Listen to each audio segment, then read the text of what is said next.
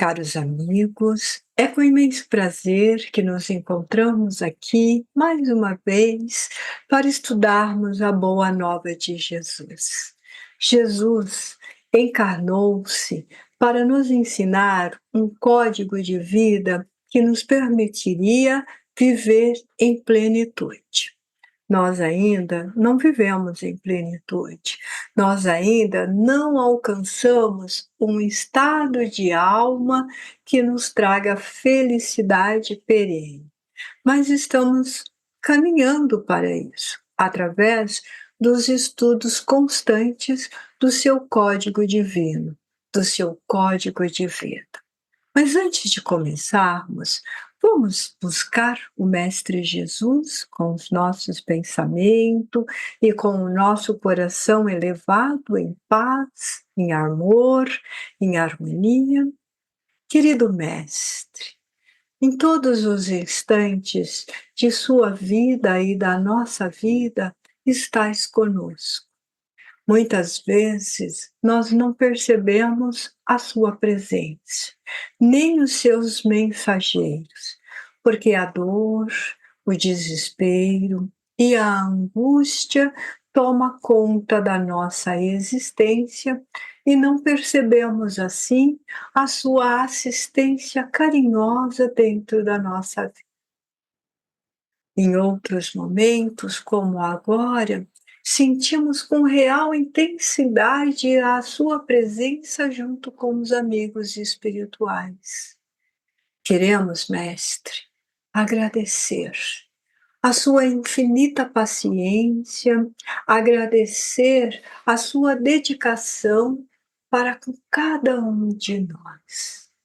Tu nos ensinaste que ao cuidar da nossa vida com amor, com carinho, com paciência e cuidar da vida do nosso irmão, estaríamos cuidando e fazendo em teu nome e auxiliando os pequenos te alcançar.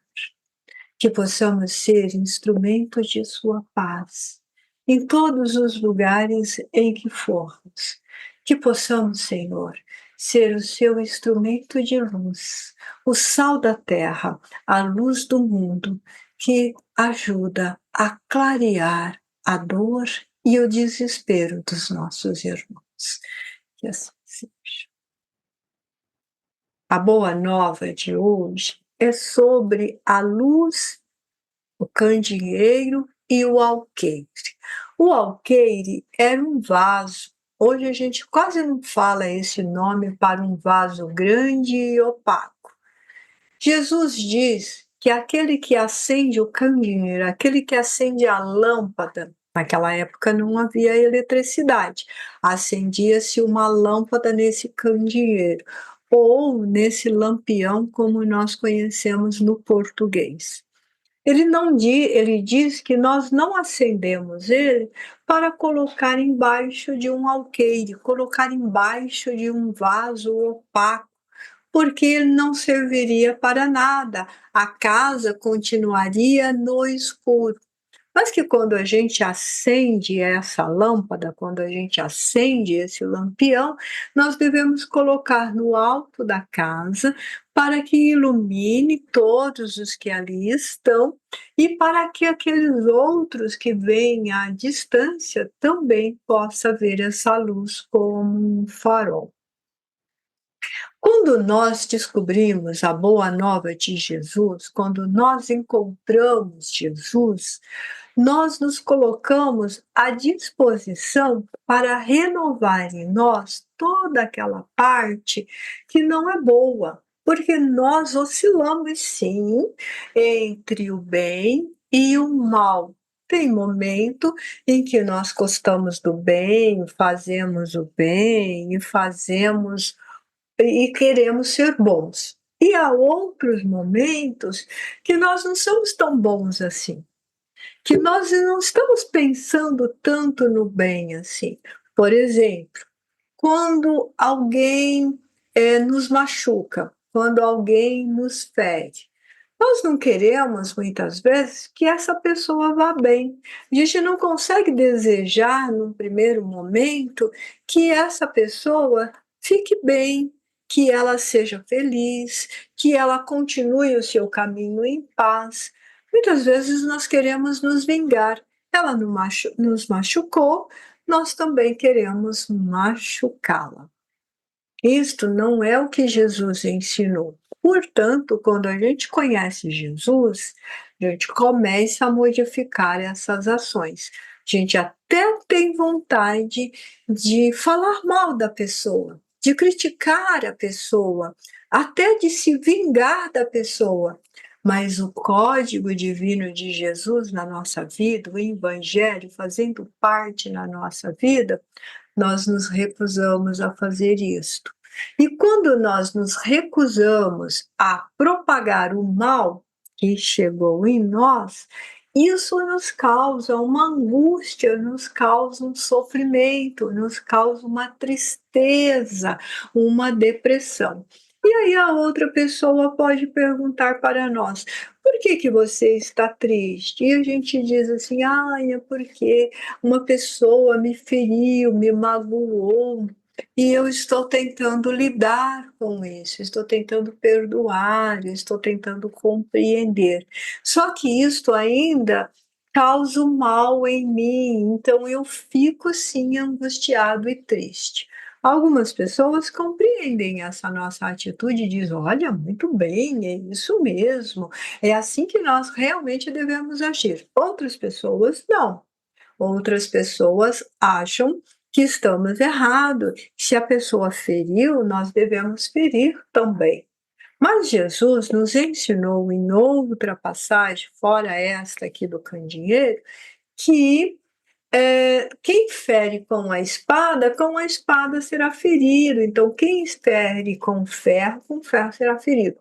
Que nós devemos retribuir o mal com o bem, e que se alguém fere a nossa face, nós devemos oferecer a outro. Eu estou falando da lâmpada no alto do candeeiro para iluminar. Então, nós precisamos ser o quê? Se eu tenho conhecimento, eu preciso ser luz para outra pessoa. Eu não posso ser a escuridão. Eu não posso ser a sombra. Eu não posso dizer que conheço Jesus, que acredito em Jesus, que tenho fé em Jesus, que creio em Jesus, e ao mesmo tempo eu levo a escuridão, a tristeza, a angústia, a vingança. É lógico que para nós fazermos isto, causa um tempo, demanda um tempo. E é por isso que o Evangelho nos convida ao exercício diário, à prática diária, de colocar a cada dia um pouquinho do ensino de Jesus. Pensa que foi fácil, Jesus falando dessa situação de colocar a luz no alto da casa. Os discípulos ficaram muito intrigados com isso e perguntaram para Jesus: por que que você fala por parábolas com essas pessoas? Por que que você não diz para elas o que você diz para a gente no particular? E Jesus diz: vocês estão prontos, vocês estão preparados, vocês já sabem do que eu estou falando, vocês têm a graça de conviver com a minha presença, mas eles não. Então, o que que Jesus quer dizer com isso, que é parte dessa parábola? Que muitas vezes nós queremos levar a verdade para outra pessoa de uma maneira muito crua, muito nua. Então, algumas pessoas dizem assim: ah, eu sou verdadeiro, eu falo a verdade sempre, doa a quem doer, mas eu tenho que falar a verdade. Não é disso que Jesus está falando. Ele sabia que algumas pessoas não estão prontas para entender o reino dos céus, para entender essa verdade que vem dos reinos dos céus. E para essas pessoas, ele falava por parábola, ele falava com mais simplicidade, com parte da verdade oculta, para não machucar, para não ferir. E isto ocorre conosco nas seguintes situações: quando nós temos um credo, nós somos de determinada religião. No nosso caso, nós somos espírita. O espiritismo em si não é uma religião. O espiritismo em si é uma doutrina de tríplice aspecto, com caráter científico, filosófico, com consequências morais, baseado em Jesus. Portanto, ela é uma religião que podemos dizer que ela é uma religião, mas não no sentido das religiões tradicionais, com dogmas, com rituais. Nós não temos isso. E nós professamos, então, a crença no espiritismo. Mas nós temos familiares e amigos que não professam a crença no espiritismo. Nós não podemos sermos escuridão para esta pessoa. Porque se nós somos escuridão para essa pessoa, o Espiritismo não está nos iluminando, não está nos auxiliando a um crescimento e um processo evolutivo. A boa nova de Jesus não está nos iluminando. A boa nova de Jesus não está causando uma reforma íntima em nós. Eu continuo sendo a mesma pessoa que eu sempre fui. E não é assim que a gente exerce o código divino de Jesus. Então, quando ele pede para sermos luz, a luz não fere, a luz não machuca. Mas se eu colocar uma luz muito grande, muito forte, nos olhos de uma pessoa que não está preparada para isso, uma pessoa que está na escuridão, por exemplo, eu posso ferir, sim. Eu posso machucar, sim. As verdades espirituais também têm esse caractere. A verdade é espiritual? É verdade? É. Então, porque não preciso ter a preocupação de fazer com que a pessoa aceite aquela verdade amarra, porque isso já aconteceu no passado, já houve perseguições em nome da doutrina do Cristo. Nós já tivemos os circos, nós já tivemos os palcos, nós já tivemos os mártires em nome do Cristo. Hoje não há necessidade disso e nós não podemos agir dessa maneira radical, ferindo o próximo, magoando aquele que não pode ainda aceitar e ver a verdade da maneira como nós vemos. Então, se eu tenho a verdade, eu tenho que agir com naturalidade, compreendendo o estágio do meu irmão e apoiando, e orientando, e ensinando. Olha, você pode ver Jesus de uma maneira diferente do que você está vendo. Jesus veio para trazer a salvação, mas qual salvação? Fazer o homem raciocinar. A própria palavra salvação diz isso. Ter sabedoria pela sua consciência, sabedoria pela sua razão.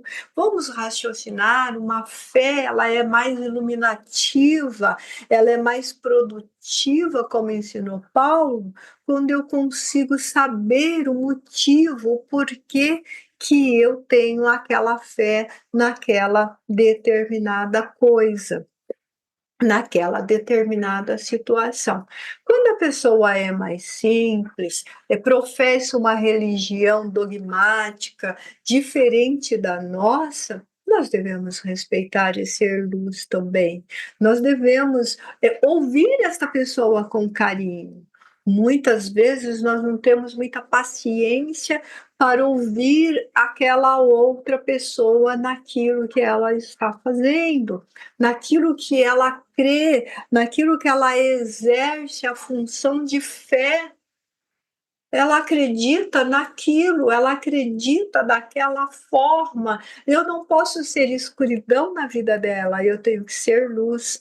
Isso inclui a nossa família, isso inclui os nossos amigos, isso inclui a sociedade onde nós estamos inseridos. O respeito é o caminho da iluminação. Por isso que Jesus falava por parábolas para aqueles que não tinham condições de compreender verdades espirituais.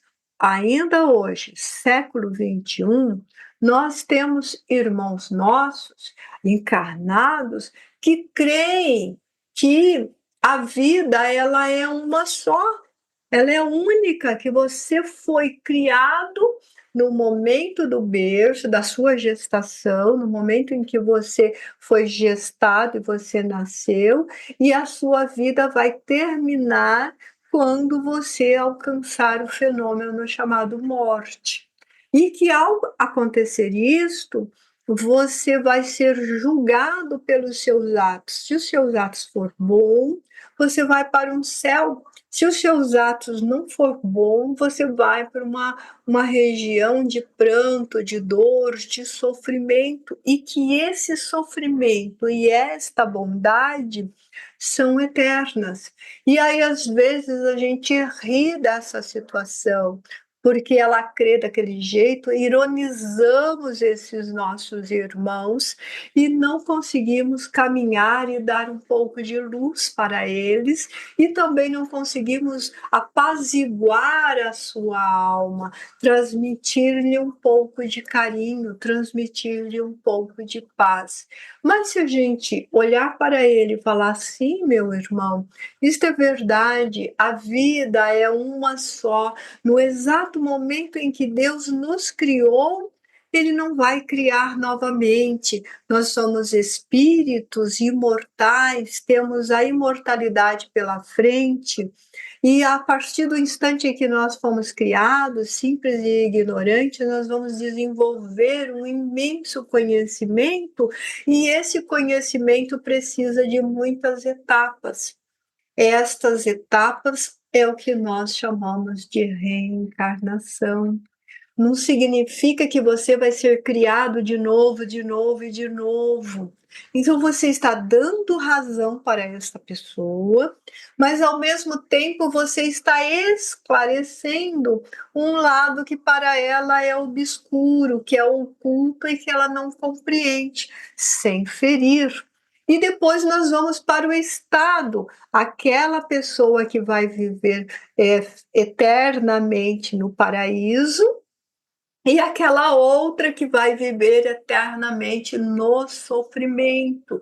Então nós vamos esclarecer essa pessoa que o paraíso ele é um estado de alma, e que muitas vezes a gente alcança o paraíso encarnado em vida, porque nós conseguimos compreender o irmão, nós conseguimos perdoar, nós conseguimos nos manter dentro do código divino de Jesus, nós vamos trabalhando para o nosso aperfeiçoamento passo a passo, nós não nos vingamos, nós não odiamos, e que todas as vezes que nós conseguimos exercer essa boa nova de Jesus, essa parte maravilhosa de Jesus, nós estamos num estado de parasíaco, nós estamos num estado de Éden, e que muitas vezes nós somos expulsos desse estado de Éden por nós mesmos, quando nós odiamos, quando nós perseguimos, quando nós vingamos, quando nós estamos pessimistas, quando nós estamos com medo, triste, depressivo,